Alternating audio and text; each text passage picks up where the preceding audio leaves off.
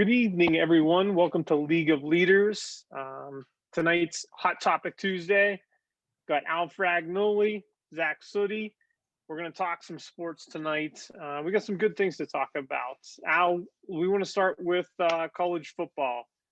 What are your thoughts on this weekend's semifinal games? Were you surprised that Ohio State beat Clemson? Did Dabo's comment on Ohio State being the 11th best team in the country provide more incentive to Ohio State? And who do you like in the title game? Yeah, great question, Zach. These were two pretty good games. Surprised that Ohio State won, yes. Absolutely stunned that they won in the fashion that they did. Could not believe that. I mean, they dominated that game almost from start to finish. Really, after the first quarter, from like second quarter on, they absolutely full throttle took it to Clemson. I think that that Dabo Swinney probably shouldn't have said the comment that he did. You know, Ohio State won't look into it too much, and they'll say they were prepared and ready. But when you say those kind of things, that hey, you're not worthy of being in the top four and being in the college football playoffs because you only played 6 games, and that you should be the 11th ranked team in the country. That's going to give you extra motivation. So why he said it, I have no idea. You know, it made me wonder when he said it, what was he thinking? A lot of times you'll see an athlete come out and do this and slip up and make a mistake like this, but never from a head coach. I mean, that's ridiculous that Dabo said something like that. So I do think it gave him a little extra motivation. But an interesting thing that I think ultimately gave these guys added motivation, Zach, was something that they showed during the game. It was a clip that Ryan Day, after their loss to Clemson last year, posted that score in their weight room there. So those guys, when they were working out all off season, all they saw was 29-23, the Fiesta Bowl score last year in that semifinal loss that they had to Clemson. So I think that's what gave those guys the added motivation, was the fact that they lost last year. And you can arguably say that they probably should have won last year's semifinal game against Clemson as well.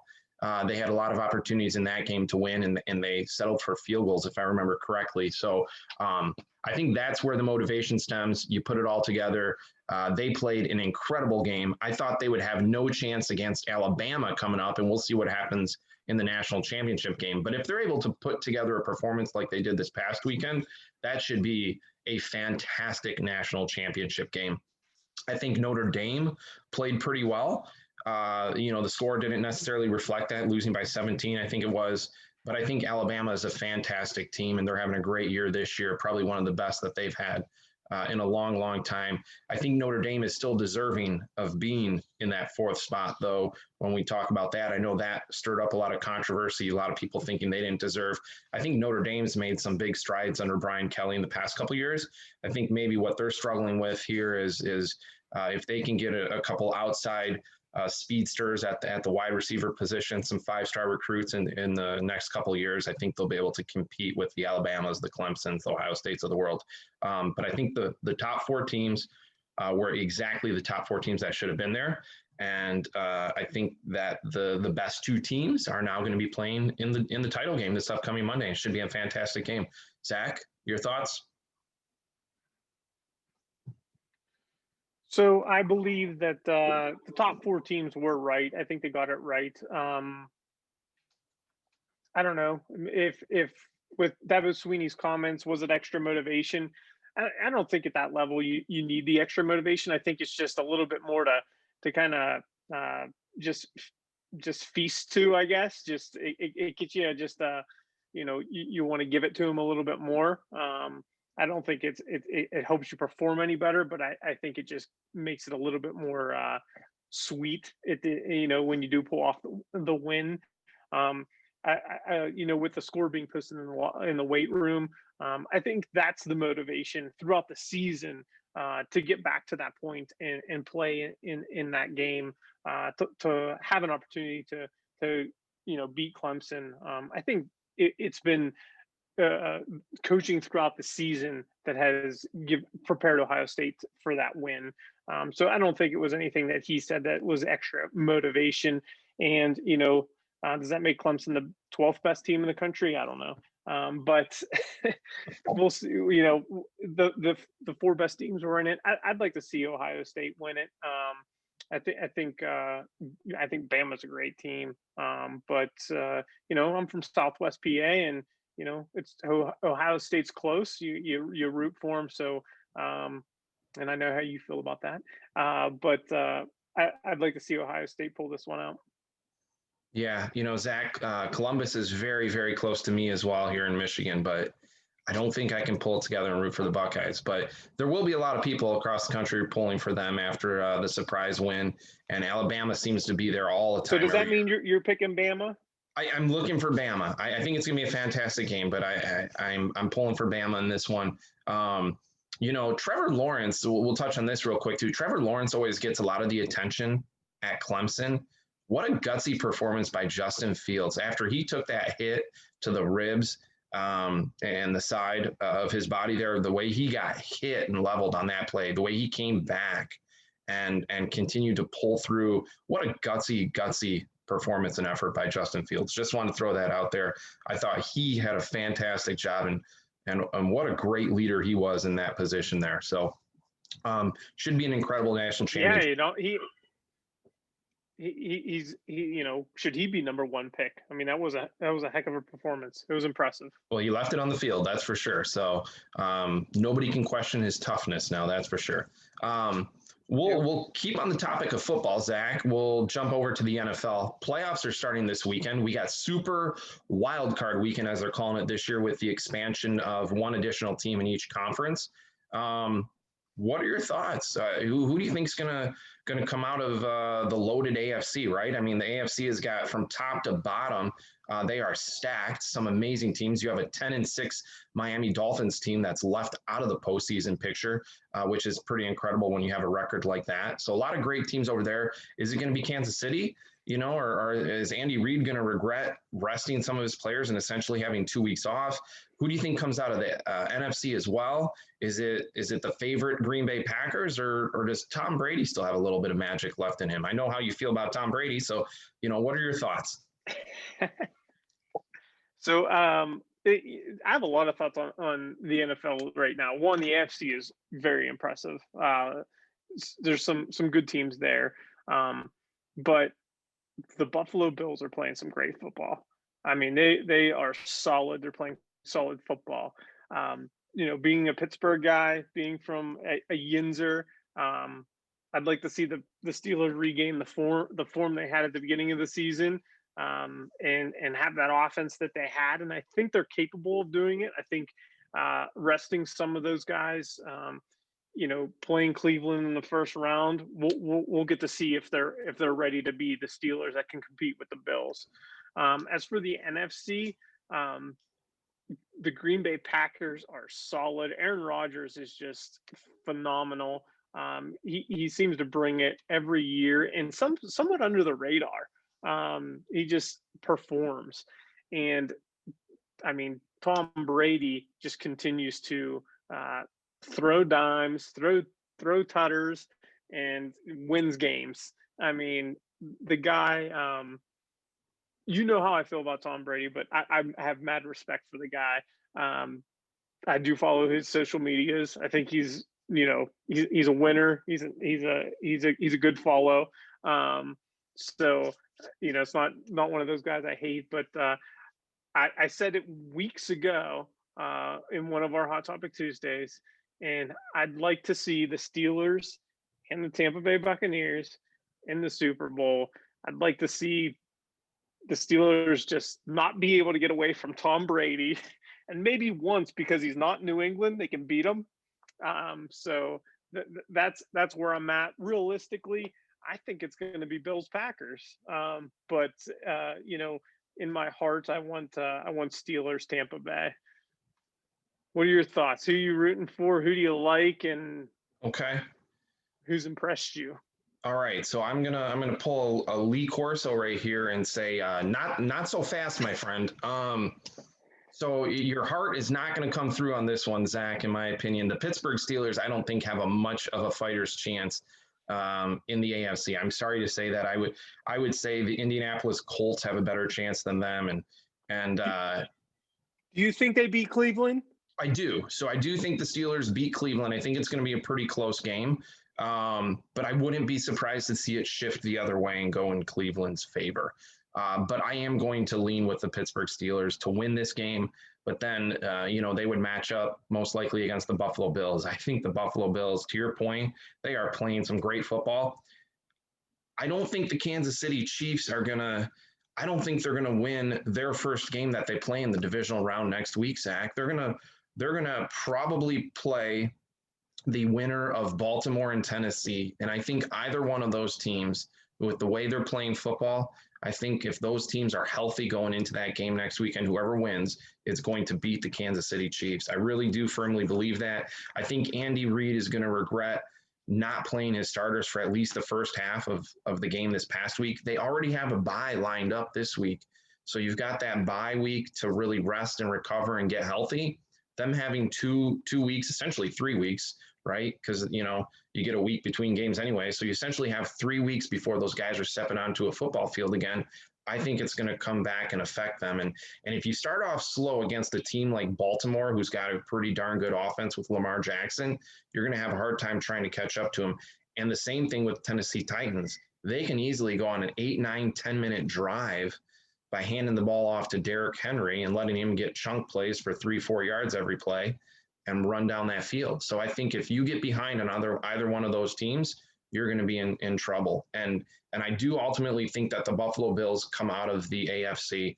They've played fantastic. I love what they did this past weekend. They played their starters and they beat a Miami Dolphins team by 30 points. And that Miami Dolphins team needed to win to get into the postseason. I thought that would be a close game, and it was not. And I think that goes to show you how great Buffalo is playing right now. And I think they carry that momentum into the postseason. As far as the NFC goes, I'm going to stick with you probably and think that the Green Bay Packers get in. The only thing that worries me a little bit with Green Bay is their defense is a little bit suspect at times. So I do think that the Tampa Bay Buccaneers are going to win this weekend against the Washington football team and advance and play the Saints. They play the Saints. That should be one heck of a game, and I'm going to give the slight edge to Tom Brady in that game. Even though the Saints have beat him twice this year, I think there's some magic about Tom. I think that him and Tampa Bay end up meeting the Green Bay Packers, and they play in Lambeau Field, and it's going to be interesting to see what happens. No fans there, but it will be the frozen tundra. It's going to be cold as can be. There could be snow, right? So we'll see what happens. I'm going to give the slight edge to Green Bay in that one, even though Tampa won earlier in the regular season. We'll give it to Green Bay. What my heart wants is I would love to see Tampa and Tom Brady do some excellent things after he left New England, and we know how motivated he is to show that he can still get it done at 42, 43 years old. But it should be awesome. I am excited for Super Wild Card Weekend. You've got games starting at 1 o'clock, and they won't end until 11:30 at night. So that's both Saturday and Sunday. It's going to be fantastic, Zach. I'm really looking forward to it. Yeah, me too. And part of the reason I moved to Mountain Time is I can stay up and watch those late games now. There's always some perks to that, right? All right, Al. So move. Yeah.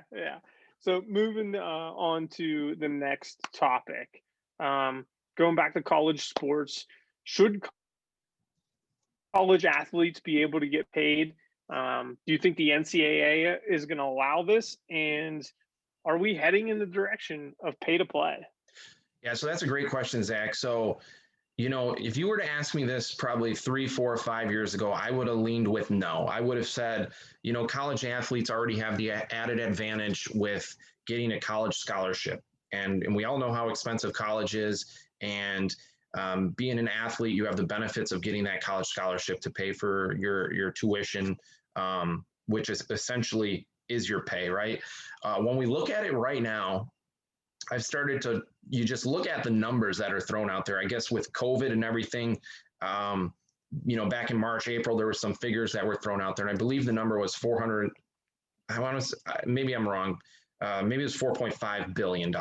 I'm not entirely sure, but it was in the billions, I believe, that would be lost revenue if there was no college football season this year. So they found ways to attempt to play, right? They pushed and pushed and pushed and found ways to play. The amount of money, I think it was $375 million was lost last year to no March Madness tournament. And March Madness is going to look a lot different coming up here in 2 months from now as well. Everything being in Indianapolis, one central location. So with that being said, there's so much revenue, so much money that is going out there. I do believe that there should be some form of compensation above just the free education.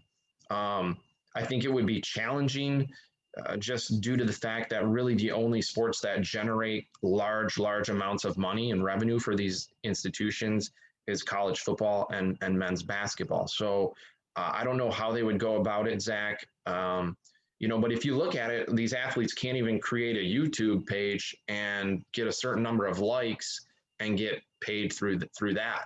So if there's a way that they can allow them to get paid through their likeness, I think they got to find a way to make that happen. I really do. When you see 110,000 people at the Big House on a Saturday, and those tickets are anywhere from probably $70 to $100, more than that in some instances, the millions and millions of dollars that are pouring through these universities every Saturday in the fall, I think they have to do everything possible to find a way to allow these athletes to make some money while they can. Zach? I think it's a slippery slope. I think you got to be cautious as to what's decided. I think they should earn some sort of income. They should have an opportunity to make some money, but I don't think anyone wants to get into the situations where they're doing commercials and using their likeness, for local commercials, and these college athletes pulling up in Lambos or something. I think I'm on the conservative end of this. I think if you're going to pay college athletes, student athletes, they are students. I think you maybe look at the average income or hourly rate of your other university jobs, and give them something, because they can't even work. They're putting all this time and effort into their studies, hopefully, and also sports, so that they can't work. So I think they should be able to get something, and maybe it's an average or on the high end of some of the higher student paying positions on campus. I think you just got to be very cautious of what the NCAA decides, because allowing them to use their likeness at will, although it is theirs, they're representative of the university. I think you're just developing another opportunity for it's to make a lot of money, and school becomes irrelevant, and they're only there to play sports and get paid.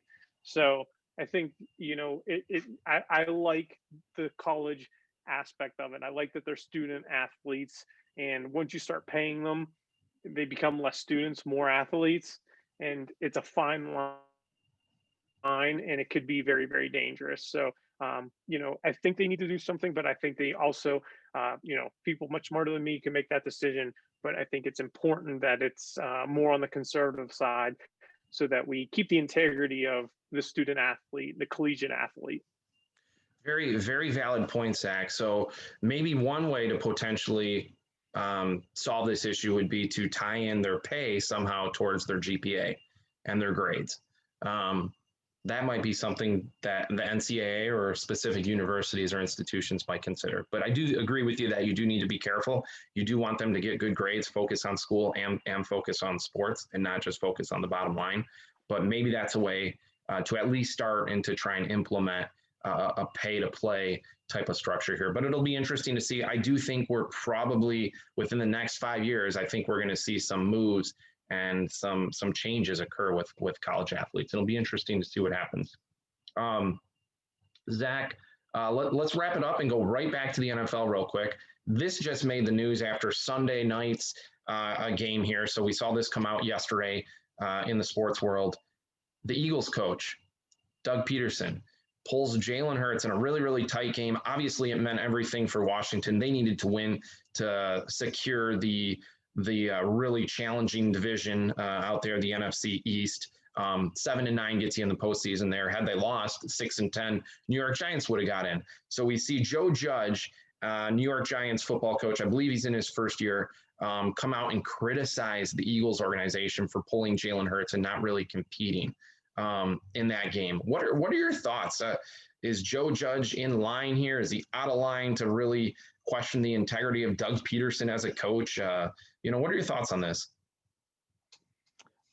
I kind of like that he's questioning the integrity of another NFL head coach. I mean, I think it's important to put your best athletes out on the field to compete to win. What culture are you creating when you're putting in your third string quarterback?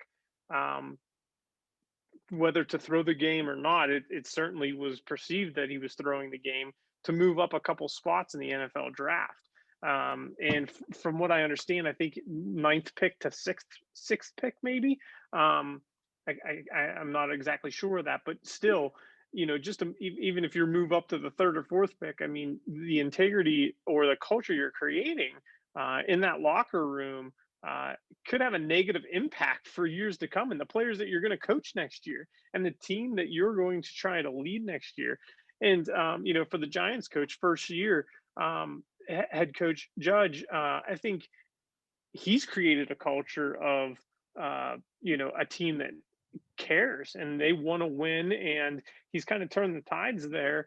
Even though they are 6-10, I think there's an opportunity for them to have good seasons in the future here.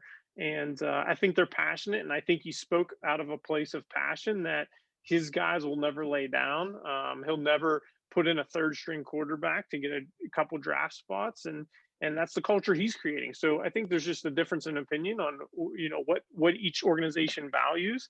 And I don't mind another NFL coach calling out another NFL coach, but I don't think anyone should be arguing about missing the playoffs at 6-10. I mean, I mean, neither of them should be in the playoffs.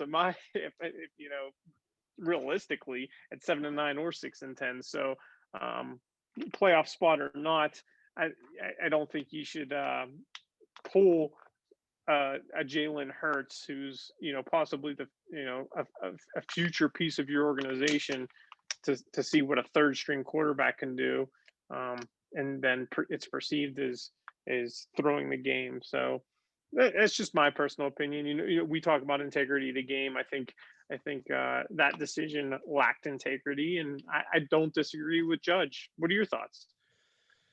Yeah, so I agree with some of the things you said there, Zach. The first thing is, the Giants were 6-10, like we mentioned. You had 16 chances to go out and not have this game mean anything for Washington and for Philadelphia, and we wouldn't even be having this conversation today. They went 6-10. They probably didn't deserve to even be in the postseason, and you can question if Washington deserves to be there too. But that's just the rules. Somebody from the division's got to be there, right? So, I don't know. And I agree with you to the fact that when he came out and spoke with passion and from the heart there, I think his players will respect him a little bit more for that. I do agree with you on that as well. As far as calling out the Eagles coach, though, I mean, I don't know. He's won a Super Bowl over there. He's had success. You're in your first year as a head coach. I don't know if he necessarily should be coming out and finger pointing over there to the Eagles and accusing him of ruining the integrity of the game. I do agree, though, that if I were running the Eagles organization, I would have wanted Jalen Hurts to continue to fight and battle. You've got a bunch of guys out there on that football team that are competing hard and competed hard all season long and fought hard to go out and win that game. And then all of a sudden you're in a tight game that could potentially ruin your opponent's season, and you pull the best chance you have at winning that game. So, I do question that. Whether or not Joe Judge was out of line, I don't know. Like we said, I think that he definitely earned maybe a little bit more respect from his guys. So I understand that point. Finger pointing, though, to the Eagles, I would look inside first and say, hey, listen, you had 16 chances to just win one more additional game, and you only came up with 6 all year long. So 6-10, I don't know.